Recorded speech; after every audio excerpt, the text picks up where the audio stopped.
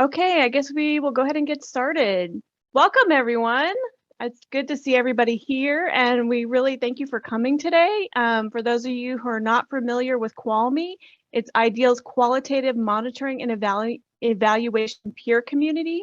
And my name is Robin Al-Haddad, and I am the Research Associate at Tango International. We're based in Tucson, Arizona, and I'm the Community Manager for QualME. And I'm really happy to be welcoming you all here today. This is our very first event for QualME, and it's an info session on qualitative data analysis tools. I think we are all pretty much familiar with the ins and outs of Zoom by now, but just as a really quick reminder, I just want to remind everybody a few basic rules. So please try to remember to mute your mic when you're not speaking. If you have internet connection and your internet connection allows you to possibly turn on your video, we would love to see your face. And so if you could turn on your video, that would be great. And also please use the chat box or you can use the raise your hand button to ask any questions that you'd like to ask, and we will try and call on you or try and answer your questions as we get to them. And there's also going to be a Q&A session at the end of this meeting as well. We'll be recording this session. You might have already seen a permission to record thing that popped up. So we will send out a link to this recording after the session ends if you want to review it again later. If you have any questions or concerns, please, during the meeting, send me a private message, or Chris. Chris, maybe you could just wave your hand for a second. Either myself or Chris, you can send us a message if you're having any issues, and we'll try to help you. And then the QualME community meetings are held once per quarter, and each meeting has a different topic or a different focus. And today's focus is going to be on best practices for some methods, tools, processes, softwares that are available for coding and analyzing qualitative data. And this meeting is really intended to give a brief sort of overview of a few analysis approaches and methods to share some sort of, lessons learned, best practices in using these tools. And also talk about challenges people are having and where and how to access these software and tools. So today we're going to hear from a few colleagues from Tango International, the University of Calgary in Canada, and the Food and Nutrition Council in Zimbabwe. So they will be describing to us some of the tools that they are using to help enable interpretation of qualitative data. So now I'm going to turn it over to our presenters to hear about some of the ways that they have been using qualitative data analysis tools in their work. And so first, I'd like to welcome Chloe Hein, who will be presenting on the manual matrix approach for data analysis using an Excel matrix. Chloe is a research associate at Tango International, and she holds a master's in development practice. Chloe's research and evaluation background includes qualitative research design, tool development, data gathering, and analysis. And Chloe has conducted qualitative research in Kenya, Tanzania, Zimbabwe, Malawi, and Rwanda. And as part of her work at Tango, she's also facilitated both on-site and remote qualitative research trainings. As Chloe is presenting, please feel free to write your questions in the chat box, and Chloe will have an opportunity to answer your questions immediately after her presentation. And then again, towards the end, I mentioned we're going to have a Q&A session as well. Okay, so now over to you, Chloe. Hi, everybody. Good morning, good afternoon, good evening. Thanks for that introduction, Robin. My name is Chloe Hein with Tango International. You can go to the next slide, Darren. And today I'll be kind of briefly going over the Excel matrix approach for qualitative data analysis. This approach utilizes Microsoft Excel with the data organized by topic or theme, which allows you to conduct analysis within and across your interviews to see your data kind of at the macro and also the micro levels. So next slide. And this is just a quick screenshot of overall what the matrix approach would look like. So this is capturing 4 different interviews kind of in the Excel matrix, so we can kind of zoom out, see what this looks like in practice. On the next slide, you'll see that each column is one separate interview. So the data is organized in such a way where one entire interview is input within each column. And then across each row are the specific topics or content areas of interest. That way, like I say, you're seeing one full interview within each column, and then the data is organized by row by these discrete topic areas. So if we go to the next slide, I've zoomed out so you can see within each column, the way you would code each of the interviews can depend on what specific criteria you're using within your methodology. So if you're looking by control versus treatment areas or specific districts or by region or language or what have you, at the very top for each column, you can organize your data by putting in district, village, date of interview, all of these things, gender of participants, number of participants. This comes in handy because you can use this information to later sort your data in Excel. So if you're only interested in, for example, all of the interviews conducted with female respondents, you can within Excel sort the data so that only the interviews with female respondents would appear side by side for the analysis part.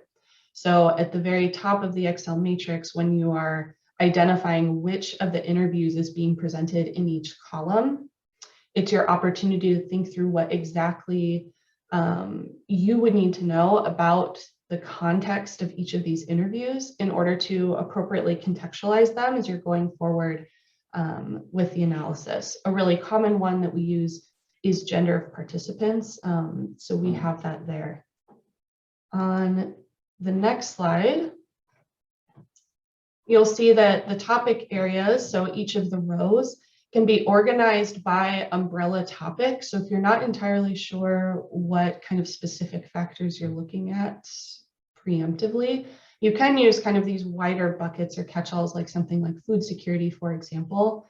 However, you also can be as specific as is possible, which leads to, I think, more clear results.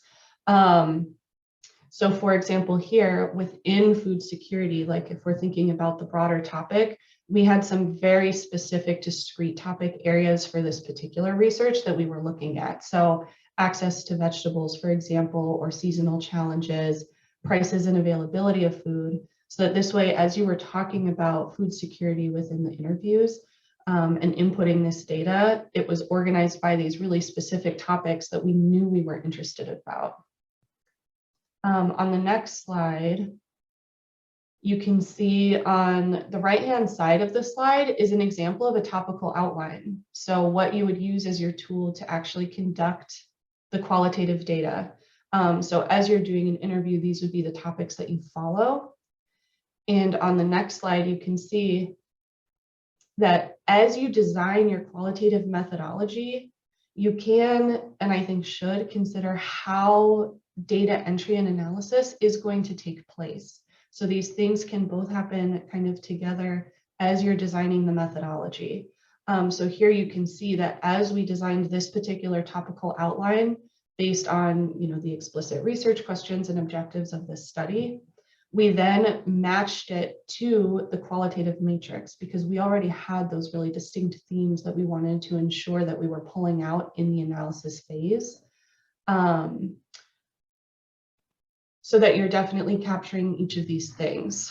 An interesting thing about the qualitative analysis in Excel approach is that you can also do your data entry directly into Excel. So as you take your notes live during the interview in your notebook or your audio recording or whatever methodology you choose, when you go to actually enter that data, you can use a blank matrix with all of these topic areas. And as you're writing up the results of that interview at the end of the day, you're already kind of thinking through it and doing an almost like prelim analysis of here's what was discussed that's relevant to these explicit topic areas that we know are of interest.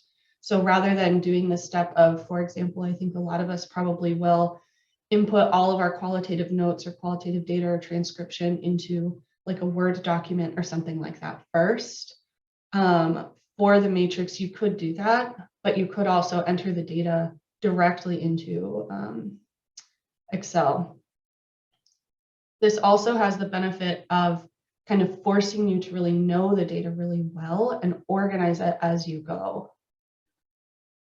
So on the next slide, we'll pull out an example of what this looks like in practice. So here we're just kind of highlighting an example of 3 different interviews and the data input specifically on the impact of COVID-19 on food access. So next slide. Here's that same 3 examples just pulled out a little bit bigger, so it's easier for us all to see. It's the same 3 pieces of data. And here we're just looking at what do we see across these 3 interviews. So each column is an interview. Within this row, we're talking about the impact of COVID-19 on food access. And we can kind of see how we would use the information that's organized by this topic area to pull out some of the analytical findings. So I'm not sure if we have time to do it together. So maybe let's go to the next slide. Because here we see 3 main things that are pulled out. And what I've done is highlighted the text in different colors so we can kind of see where this is being pulled out within these 3 interviews. So here you see highlighted in red that COVID-19 reportedly had an impact on food availability and access. All of the interviews indicate this, and these are indicated as extremely difficult, very difficult, or more difficult access and availability of food. We also see on the next slide, for example, that there have been transportation limitations. So again, in all 3 columns and all 3 of the interviews across this topic, we're seeing that transportation limitations played a part in this kind of food access piece. And then as a result, we also see on the next slide that all 3 of the interviews also indicate that there have been increased food prices. So the prices of food have increased, and the price of vegetables specifically is also highlighted in these interviews. So within this one topic area, using 3 interviews as an example, we've pulled out 3 kind of main themes, some analytical findings that we've found across these interviews. So on the next slide, we see that what you'll do in the Excel matrix is add an additional column, a blank column at the end of all of your data to capture the analysis per topic area. So here you'll see in the far right side, the analysis column, those 3 things that we pulled out. Now, if I were doing this for the purpose of a report, it would be, I simplified the data input and the analysis a little bit for the purpose of this presentation to highlight how this process would go. So in this analysis column can be as detailed or as bullet point as you need it to be for your kind of write-up and analytical process. But here you'll see we captured, COVID severely impacted food availability and access, transportation limitations, increased prices. What you can do with this analysis column is as you are entering your data or as you're going through your data, as you're looking at it, you can continually update this column. So as you're seeing things pulled out, as you're seeing things in other topic areas that might impact this one, as you're inputting more and more data, you can kind of continually go through, re-examine the data, see these themes that have come out so far, and be adding to this so that once you get to like the write-up phase, you have this kind of column of all of the analysis across the topic areas of interest. Next slide, please, Chris. Then to kind of bring this back, within the Excel matrix, we just went through an example of one topic area by row. in this approach, you can also see the fuller picture of one cohesive interview per column. So here I just pulled out 2 examples of effectiveness of food and cash vouchers and the impact of COVID-19 on food access. So I think this kind of illustrates the point that in the top cell, you see in bold, the respondents say, you know, sometimes they need to buy fresh vegetables from the market. And then in the bottom cell, you see it was very difficult to go to the market to buy food. If the shop was opened in lockdown, fines would be imposed by the government. So the shopkeepers would keep the shop closed. So here within one interview, you see more than just here's the impact of COVID-19, but you see this is a particularly difficult issue because the cash and food vouchers weren't sufficient. They sometimes have to go to market. So when the market was closed, this had a severe access. So just to kind of illustrate that even within one interview, you still get like the deep details and kind of robustness of the qualitative data that we'd like to see. Next slide. So just to kind of zoom out again, overall, this is what the approach kind of looks like when it's on your screen. Obviously, when you're in Excel, you can kind of zoom in and out and manipulate the data more, but this is just an overview. So on the last slide, just to kind of summarize what we've gone over, for the Excel matrix approach that we just talked about, some of the pros are it's free or low cost. A lot of us use Microsoft products in our work for a myriad of reasons. So a lot of us will already have Excel in our arsenal. It's fairly user-friendly and easily accessible information. You can send anyone on your team an Excel matrix or even just the column with analysis, and they can get a picture of what's in the data. Anyone can open that file, so that can be helpful. Like we talked about, it can match the topical outline. So ideally, when you're designing the methodology, you can kind of think these things through so that all of your tools really speak together and are cohesive in your objectives. The data can be entered directly throughout data collection. So you're building this repository and like analytical method as you're going. It allows for the macro and micro view of the data. So by each specific topic, you can search for keywords, but then you also still have this one interview narrative all on the same kind of screen. The narrative of each individual interview is maintained. You can see that whole picture, and it does really require you to know your data as you're zooming in and out. As you're entering in the data by topic, you do that kind of preliminary analysis as you're doing that.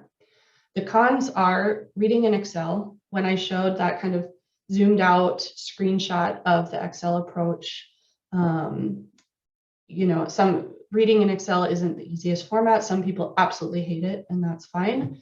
Data entry can be time intensive if you did not set up the methodology to do it in this way. So if you're coming up with topics after data collection is complete, or like you're trying to organize it after you have all of the notes in Word, sometimes matching these things can take some time. It does kind of force you to do that analytical piece, but time is not always a luxury we have in these things. There is no automatic coding or analysis. Excel, you can search for certain words, but that's not like part of this method. In the same way, there's no automatic data visualization processes, and it's not ideal for a massive data set. So I think this is really great if you have a maximum, you know, like 10 to 20 interviews. But if you're in a process that has hundreds and hundreds of responses, obviously going row by row in Excel over hundreds of responses wouldn't be, this wouldn't be the best approach for that. Right, next slide. That's everything I have. If there are any questions in the chat box. Great. Thank you so much, Chloe, for sharing about Tango's processes for organizing and analyzing qualitative data in an Excel matrix. What I really like about the manual matrix approach is that it actually forces you to look at the data itself. A lot of other programs are sort of automated, so I really like the fact that you can, you know, look at the data up close and personal. Does anyone have any questions for Chloe? Please feel free to raise your hand, use the raise your hand button, or put your question in the chat. I'll give us just a second, see if anybody has any questions.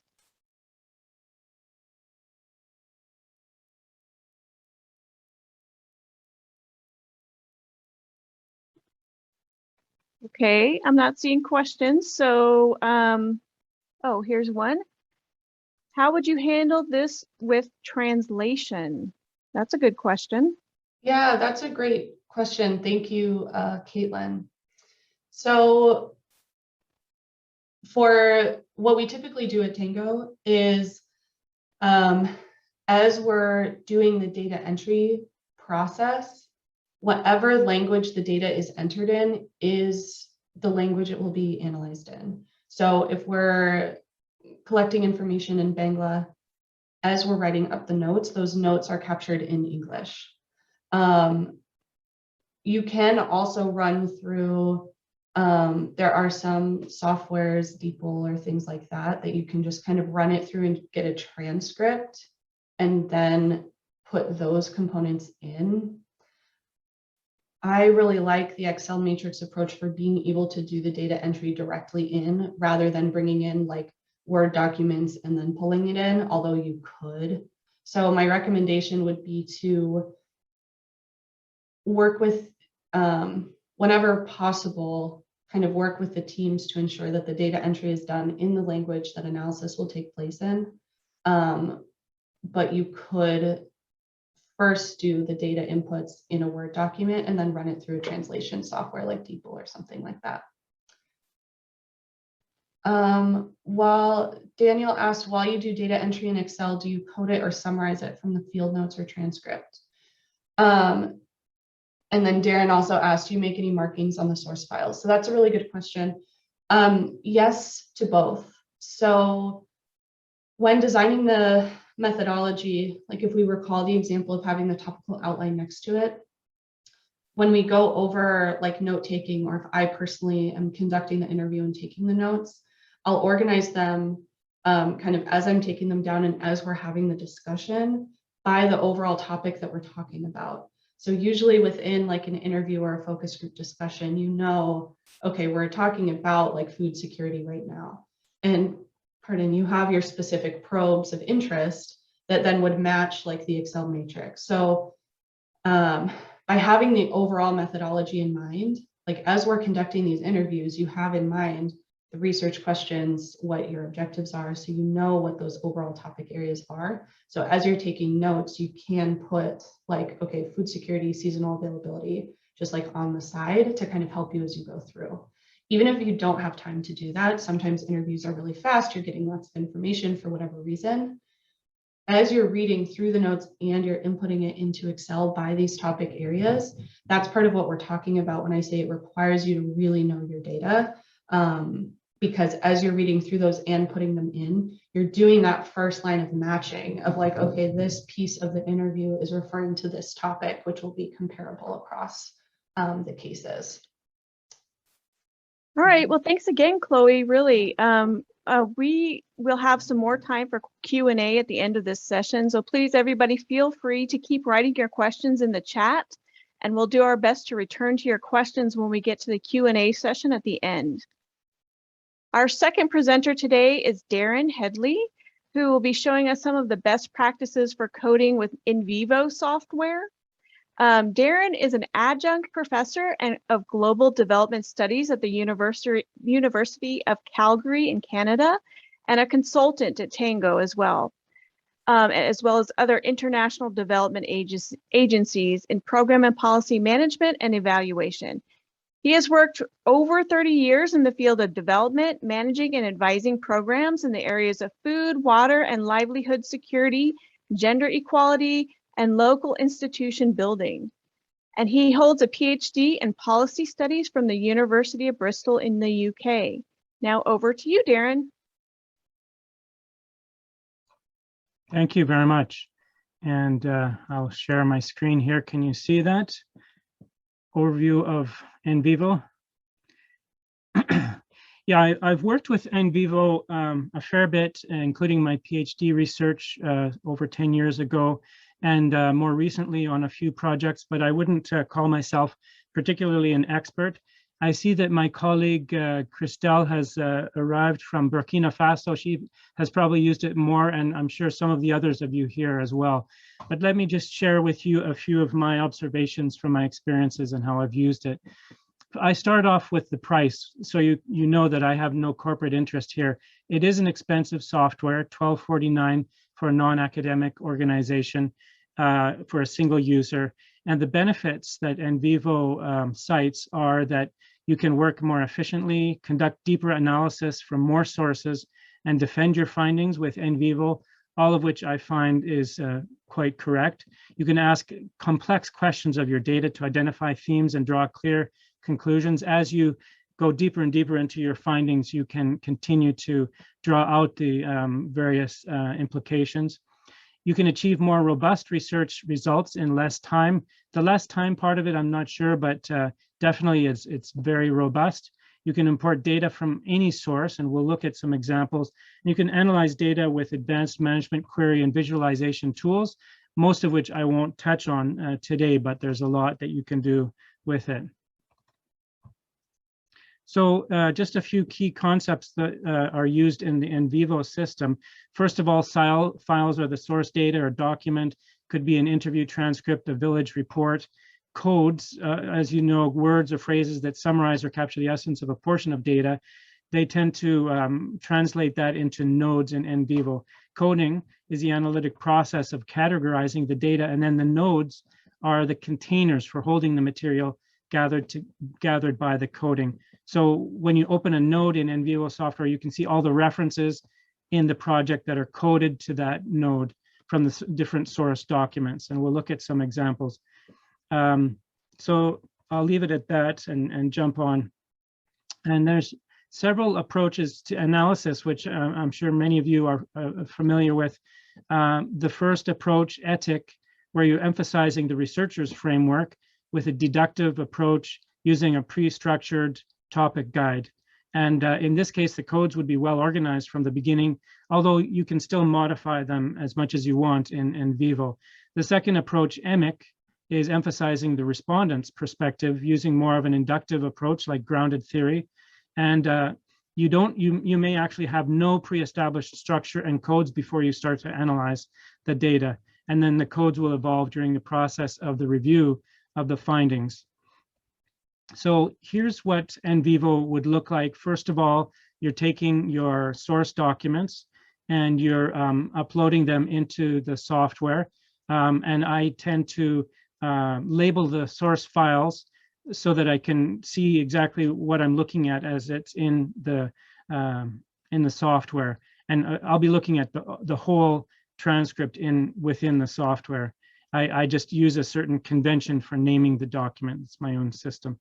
But it's enough so that each time I see that file name, I know where the information is coming from. Then after you've uploaded your files, you go ahead and code them. And this is the view where you're looking at the actual transcription, and you've got, you go through and highlight things and then code it to your various codes that you've either established or you're in the process of establishing as you go. And then you can see on the right side of the screen how the different text is being coded with these, you can see the color strips there. And then in the nodes view, after you've done the coding, you can see all of your nodes, which remember are like the themes on the left side. Here we're looking at shocks and resilience in this set of data, and it's broken down and quite a lot. For example, the main shocks, I had a few ideas of what the shocks would be, obviously, at the beginning, but then as I went through, the data was bringing out more and more interesting things like fire and traditions, festivities, and so on. So, and then all of those different nodes there are shown on the right side of the screen as a sheet. I call it a node note, where all of the findings related to that theme are in one place. So that's the basis of NVivo, and I'm just going to switch to show you the actual software now, if I can. to see what it looks like in real life. So now you should be seeing my NVivo screen. Yeah, and then we've got all of the different files in this sample project provided by the company. They've got different kinds of files. They've got interviews, literature, news articles, and social media. They've even got some survey responses. So, so for example, we have here the typical interview with Barbara question. Everything is completely transcribed there, and then people can you can start coding it here. And then here's an example of a different kind of data, a journal article you can incorporate right into the software and analyze it along with everything else. Or here's some photos that have been included, and they've done various types of analysis of the photos to include that. Or a survey response, in this case, might have come from, I don't know, SurveyMonkey or something. And then this is the node note, the theme of agriculture. Let me see, where's the, yeah, agriculture is here under, it's kind of hierarchically organized under economy. And so you can see the interview material from Barbara is shown here. There were several references in Barbara's interview to agriculture. In this case, Charles, this interview with Charles, he had one reference. And so on it goes. In the survey that we showed, there's also some references. So if I want to go back and see what did Barbara say about agriculture, I can just click here, and it shows me in the Barbara interview where she was talking about agriculture, what subjects had come up before, what was coming after, and the way that I had coded it. And I'm always looking at the actual words of Barbara throughout this, which is a big advantage. So that's all I wanted to show you within the software. And there's lots of orientations. So many videos have been done. So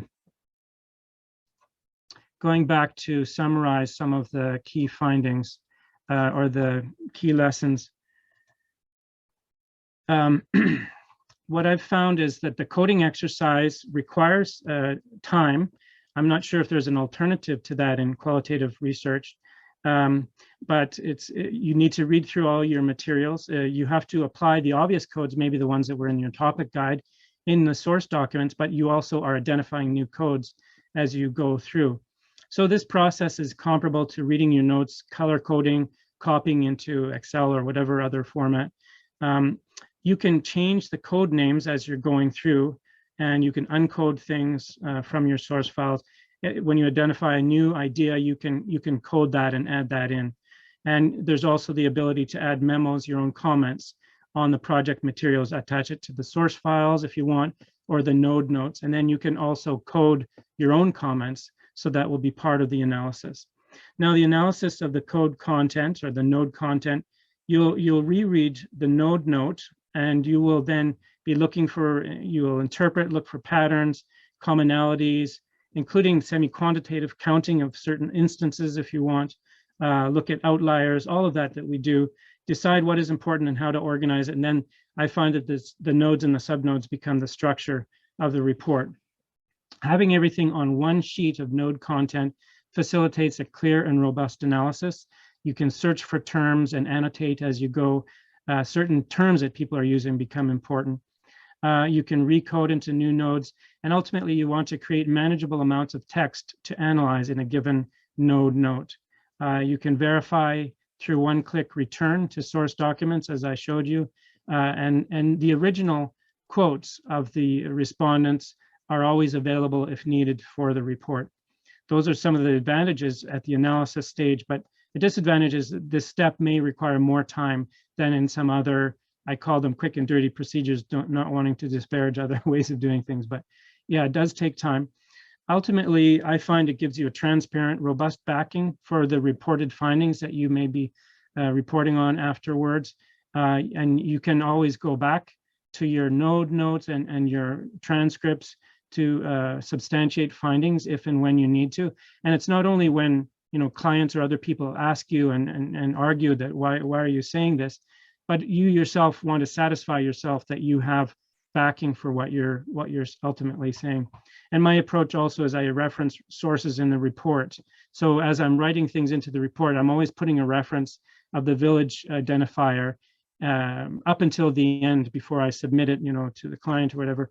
Then I remove those identifiers quickly for a clean version using find replace. But that's just my system. Thank you. Great. Thank you, Darren, for that wonderful presentation. We only have time for one quick question, and I see that Adele had put in a question about what if multiple nodes or themes apply to the same text? Can you assign multiple nodes to one text? Absolutely. You can apply as many as you want. And that's often the case. Okay, great. Thanks, Darren. Just as a quick reminder to everyone that please feel free to keep putting your questions in the chat. As we get to the end of the session, we're going to have a Q&A, and we can answer all those questions when we get to that Q&A at the end. Our third presenter is Alpha Ndlovu, who will be showcasing the ONA mobile app. Alpha is a program assistant in research policy and multi-sectoral coordination for the Food and Nutrition Council in Zimbabwe. He holds a master's degree in public policy and governance and a bachelor's degree in agricultural sciences, and has 11 years experience working for organizations such as International Crops Research Institute for Semi-Arid Tropics. And Alpha is involved in much of the tool design and supervision of data collection and report writing for the Food and Nutrition Council. So now over to you, Alpha. Thank you, Robin, for the introduction. Good morning, good afternoon, good evening, everyone. I hope I'm audible enough. As Karen has said, I'm going to share with you how we do qualitative data collection using ONA. And this is an integration. It's a process that integrates Word, ONA, SPSS, Excel, and report writing. So I'm just going to take you through that whole process, how we do it through that. So first off, what is ONA? ONA is the software that is it's a web platform that is suitable to support virtual FNS monitoring. It provides survey-based. It provides a survey-based program and supports data collection online and offline. So you can have data collection happening online, and you can have data collection happening offline. This means that you can collect information from about the food and nutrition situation without internet or in more remote areas like where I am now. So the system can visualize data collected. As people are submitting their data into the web platform, you can be able to see the various responses and do preliminary graphs or see preliminary contributions from people as they are responding to the survey question. And it also, the advantage is that it's a web platform. You create a free account, and which can be accessed by unlimited users. So it's pretty much free. So, but the major limitation is that you can upload up to 10 forms that you can use. So which means if you've got different tools, you can upload up to 10 different kinds of tools. And each tool can take up to 500 submissions or so. Then when your data is collected through ONA, it is encrypted for security. So you can be assured that your data is safe as people are transmitting it. And the good thing is that the data documentation tool can be both offline and online, and it can be a mobile or web-based form. So you've got that versatility to move across the 4 platforms. Next slide, please. So why we had to migrate to ONA is, as we all know, the challenges of COVID-19 restrictions, restricting meetings, number of participants, issues to do with social distancing and so many other issues. So conducting research in the COVID pandemic then required some form of adaptation and also a way of quality assurance. So in order to oversee the high quality of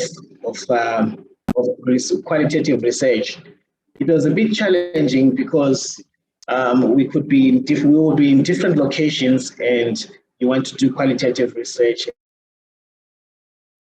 of data coming through. So we had to use a web platform that allows you to be, as a researcher, on one end, you design the tools and do the virtual trainings, and then you can have another team that is in another location conduct the FGDs after the TOT, and then you can be viewing the data as they are putting it in. Next slide, please. So just a quick illustration of what is this. I'm going to use what we call the food and nutrition monitoring situation, food and nutrition security monitoring system for food and nutrition security committees. Now, this is a mixed approach. You've got qualitative and quantitative.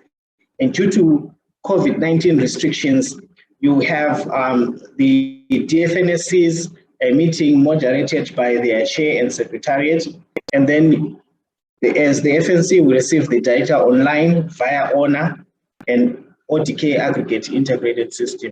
So the DFNSCs are more like your focus group. They have a chairperson, they have a secretary, and they are allowed to meet in their geographical area, but because of travel restrictions and so on, so we will be on one end and this would be on another end. Next slide, please.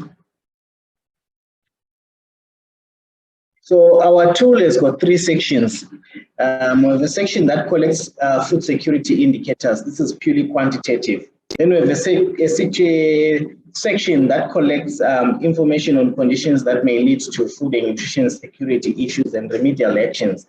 This is a qualitative section. So you have both quantitative and qualitative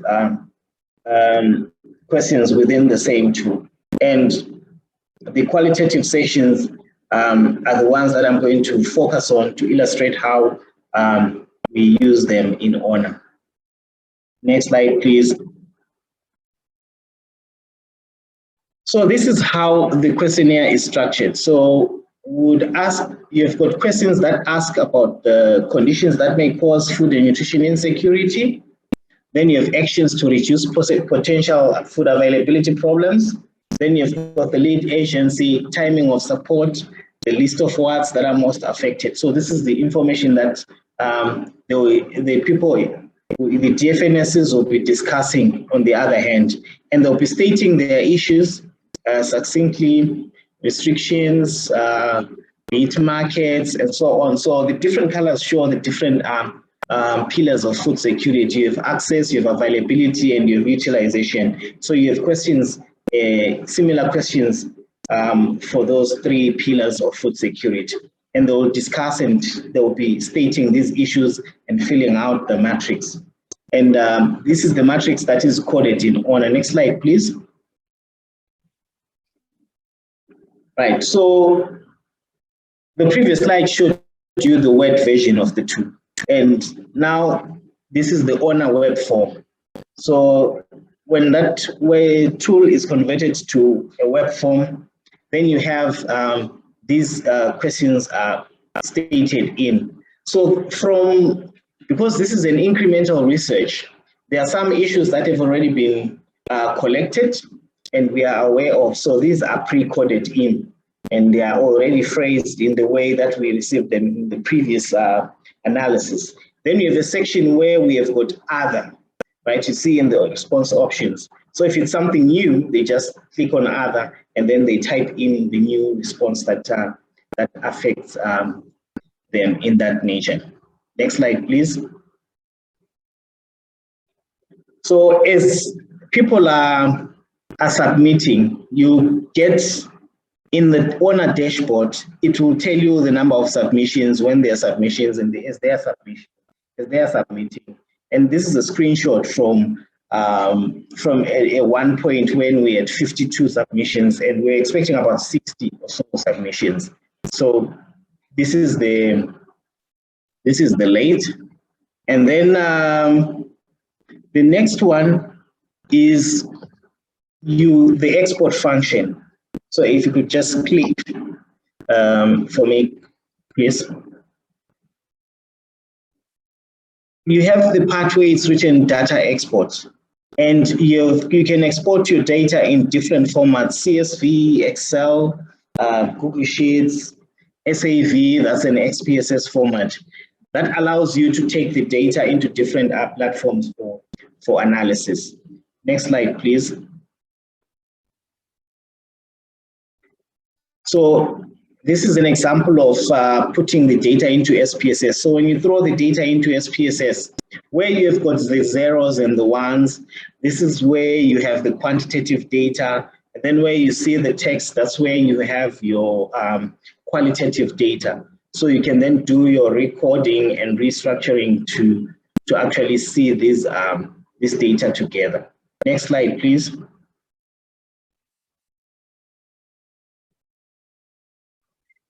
Right, and then in the final presentation, you will have an output like this. For example, in terms of the food and nutrition security issues, in terms of availability and so on, these were summarized because they were visualized from, we had taken them from ONA into SPSS, and then we can actually see the responses under food availability, under food access, and so on.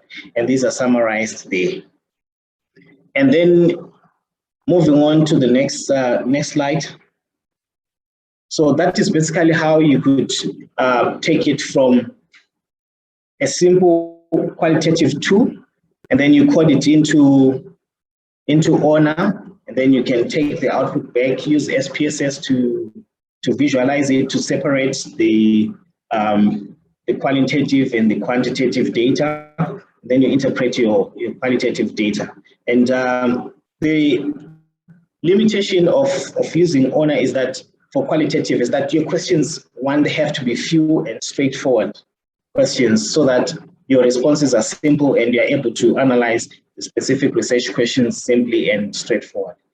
And for those that have used ODK and COBO, it should be very easy to code the questions, because coding into ONA is the same way that you would code an ODK form or a COBO collect form. So it's pretty much doing the same thing, but here you are fitting in your qualitative questions that you then pull out and visualize in another system for analysis. So any questions? Great. Thank you so much, Alpha, for that presentation on ONA. I think we did have one question from Kara, I see. Could you collect data or use the platform offline and then sync? Was this challenging in areas with poor mobile connection? Did you have issues syncing the data? Yeah, so the advantage of ONA is that you can access the form either on a mobile device or on your laptop, and you save the web page, like maybe you bookmark it. Then you can conduct your research, feed in your responses, and then when you get to where there is network, you can then sync and make these submissions. And for us, the challenge of network, that sort of helped us. The fact that you can use it offline helped us to overcome the challenge of network issues. So they can do the survey in the absence of a network, and then when they get to where there is a network, they then submit these forms, having completed them, because they can access the tool offline and then work on it, and then look for network and submit back. So it's more like your portable notebook, yeah. Well, thank you so much to all of our presenters. We're going to open it now to a plenary discussion. So if people have more questions that they'd like to ask Alpha or Chloe or Darren, please put those into our chat.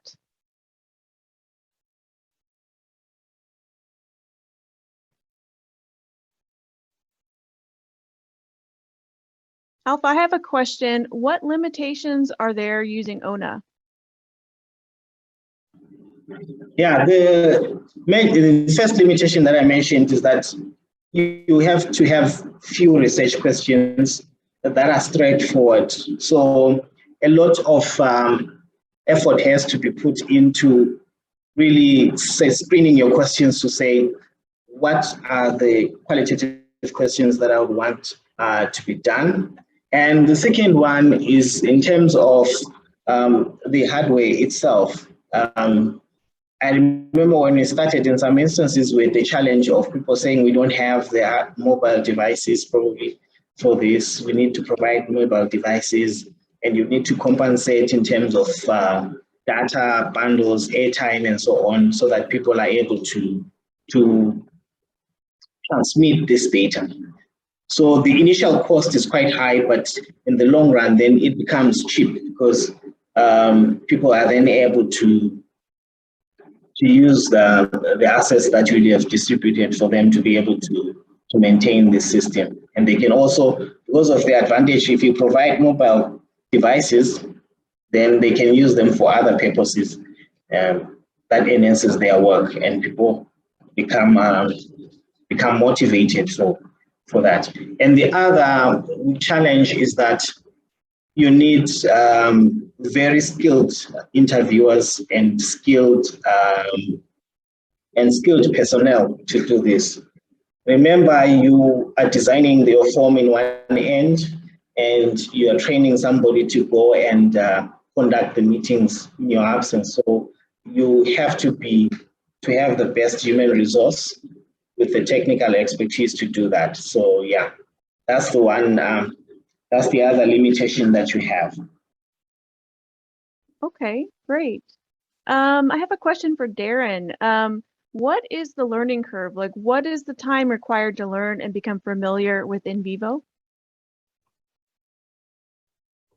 Well, I think, what I was outlining was a fairly basic type of usage, and I got up to speed sort of on one project doing it in the process. I think if you did, a few hours of training, you would definitely get on a good running start. And I've seen those sorts of trainings offered in a lot of places. It's actually so commonly used in the academic community. So it's easy to find those trainings, but yeah, it's not super fast, but a lot of it is also understanding the approach and how you're trying to, especially more inductive type of research, organize the information. Okay, great. Let's ask a question to Chloe. What programs or tools do you use to collect data, and how do you import those into Excel? So thanks, Robin. So when we're actually collecting the data, handwritten notes, like not bringing computers to the field, I personally like to input directly into Excel if using the matrix approach and we know we're doing that. Otherwise, writing up those notes within a Word document and then organizing them there and pulling them over. Okay, great.